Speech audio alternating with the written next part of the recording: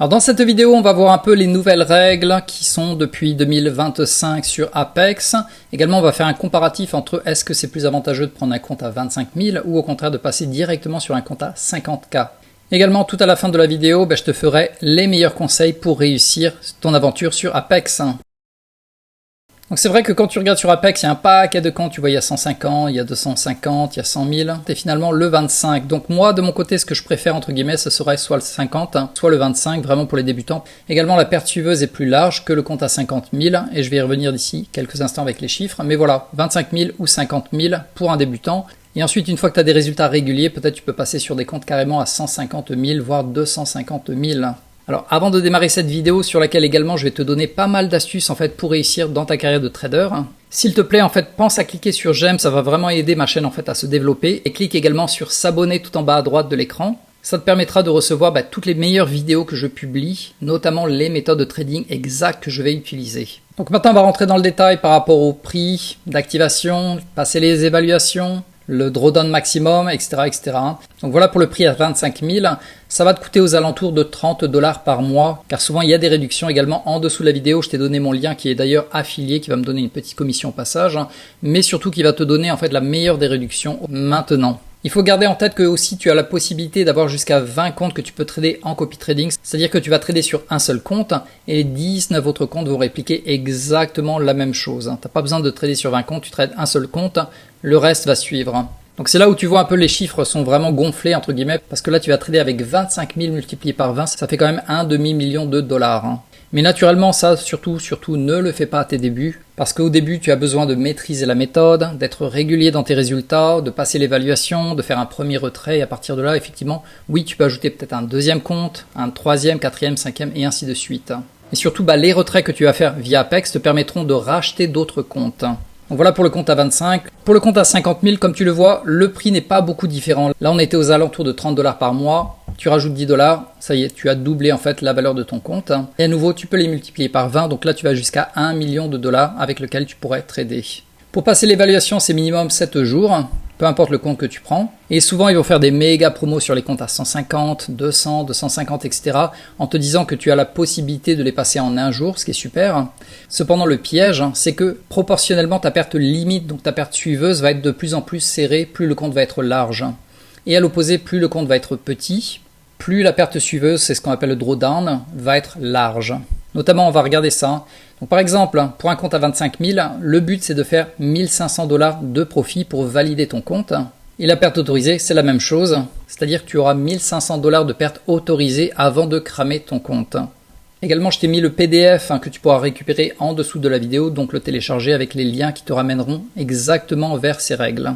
Et si on le compare avec le compte à 50 000, le profit, c'est le double ici, comme tu le vois, on est passé de 1 500 à 3 000, et la question que je te pose maintenant, c'est à ton avis, la perte suiveuse, donc la perte max, est-ce qu'elle va doubler également?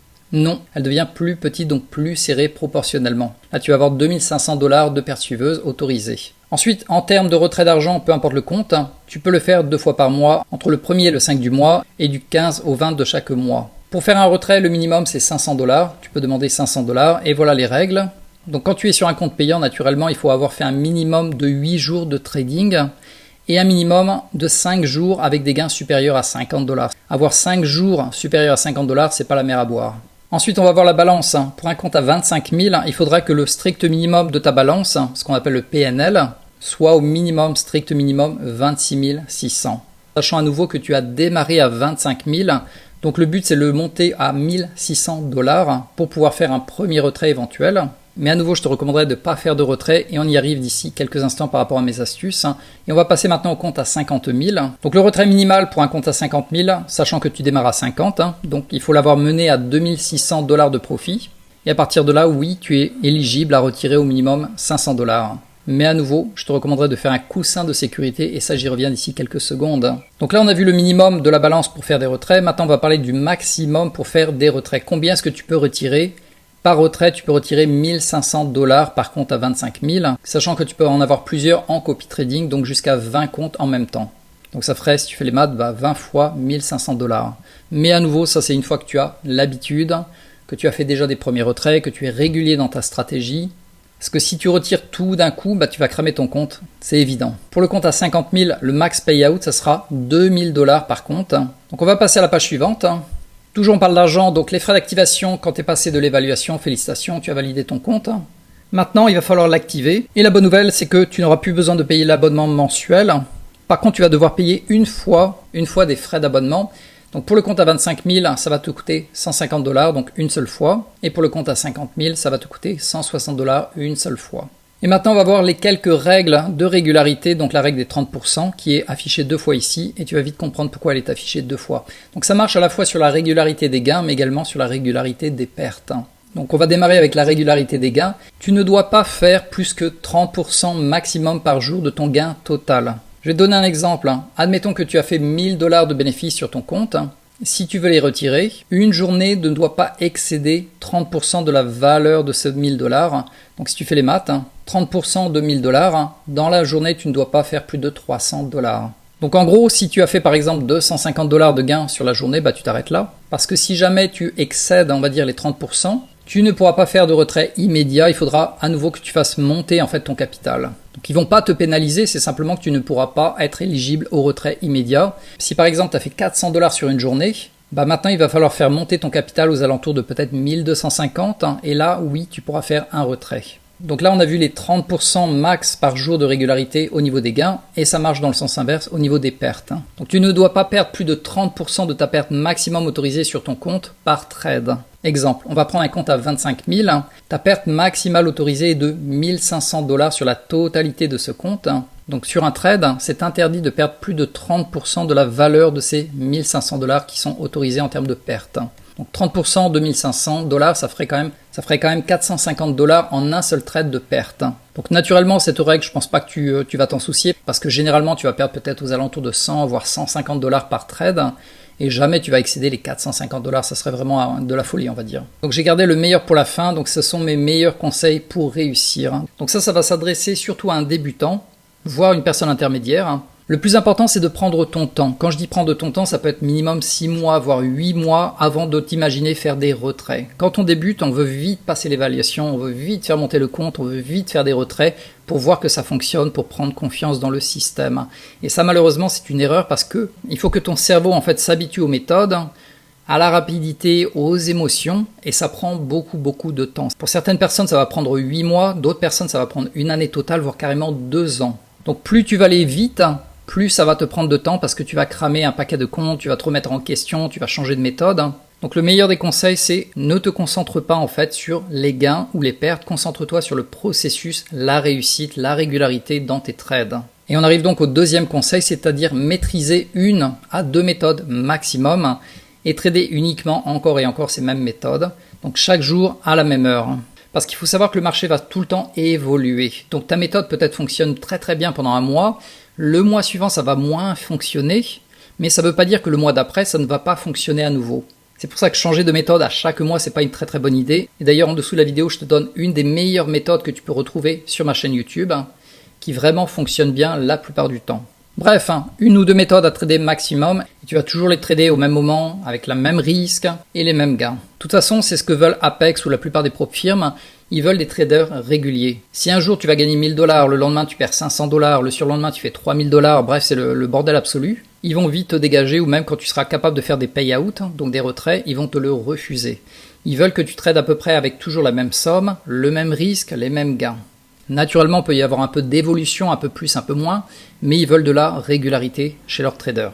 Conseil numéro 3, quand tu es en phase évaluation sur un compte, tu peux prendre un risque d'environ 0,5 de la totalité de ton capital par trade.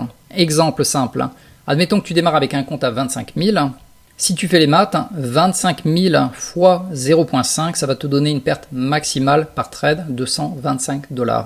Donc garde ça en tête, tu vas pas risquer 1% voire 2% de ton capital, c'est trop casse-gueule, des fois ça va marcher pendant quelques jours, pendant quelques semaines éventuellement, mais tu vas vite cramer ton compte. Tandis que si tu prends 0,5, donc 125 $, notamment pour un compte à 25 000, oui ça va aller un peu plus lentement, mais oui tu as moins de chances de cramer ton compte. Par contre, toujours pour l'évaluation, une fois que tu es assez régulier dans tes résultats, là naturellement tu peux augmenter le risque par exemple à 1% par trade pour aller plus vite sur l'évaluation. Naturellement, tu auras le risque de cramer quand même des comptes au passage, mais c'est pas grave. Si tu crames ton compte, tu redémarres la case départ. Et si ta méthode fonctionne, que tu es assez régulier, voilà, tu augmentes un peu plus la taille de lot, histoire de passer peut-être l'évaluation sous maximum 1 mois. Et finalement, on va parler à nouveau du risque. En compte payant, donc ce qu'on appelle le PA sur Apex, on recommande de risquer maximum 0,3% de ton capital par trade. Donc je te donne les chiffres. Si tu prends un compte à 25 000, tu vas risquer maximum $75 de perte par trade. Sachant à nouveau que ta perte limite est de $1500, ça te donne éventuellement la possibilité d'avoir plusieurs trades perdants consécutifs sur plusieurs jours, voire carrément une semaine, sans toutefois cramer ton compte. Le plus important, c'est vraiment de rester vivant sur ce compte payant, parce que des fois, tu auras des semaines pourries, voire des mois qui ne seront pas fantastiques, et si tu engages trop de capital par trade, tu risques à chaque fois en fait de te faire dégommer. Et le dernier exemple, c'est admettons que tu prennes un compte à $50 000. À nouveau, si tu fais les maths, 0,3% de 50 000, ça donne combien? Tu vas risquer maximum, grand maximum, $150 de perte par trade. Voilà, donc on est arrivé au bout de cette vidéo. Si tu l'as apprécié, pense à cliquer sur j'aime. Également, abonne-toi à ma chaîne ici tout en bas à droite pour ne rater aucune des vidéos que je vais partager. Car souvent, je vais partager directement les meilleures méthodes que j'utilise. Et vraiment, tu vas en profiter un maximum. Et je te donne un petit dernier conseil pour la fin. Toujours en termes de risque, il faudrait que tu aies un risque récompense au minimum de 1,5. C'est-à-dire que par exemple, d'un côté tu peux perdre $100, mais si ton trade il est gagnant, tu vas gagner $150. Donc d'un côté tu perds 1 pour gagner au minimum 1,5. Et si ta méthode fonctionne 60% du temps, félicitations, tu as quelque chose de vraiment solide. Par contre, si tu risques 1 pour gagner 1, ça risque d'être vraiment compliqué en fait d'avoir des bons résultats sur le long terme. Donc voilà, garde ça en tête. Risque récompense de 1 sur 1,5. Tu perds 1 d'un côté pour gagner au minimum 1,5. Et conclusion de la vidéo, je te recommanderais chaleureusement en fait de démarrer soit sur un compte à 25 000, qui sera plus facile entre guillemets à passer pour l'évaluation, peut-être également pour les retraits, ou 50 000 si tu es débutant. Et surtout, ne tombe pas dans le piège de prendre des gros comptes à 250 000, 300 000, etc. parce que la perte suiveuse va être de plus en plus serrée proportionnellement. Oui, tu pourras faire de plus gros gains, mais oui, également, tu vas faire de plus grosses pertes, donc tu as plus de probabilité de cramer ton compte encore et encore.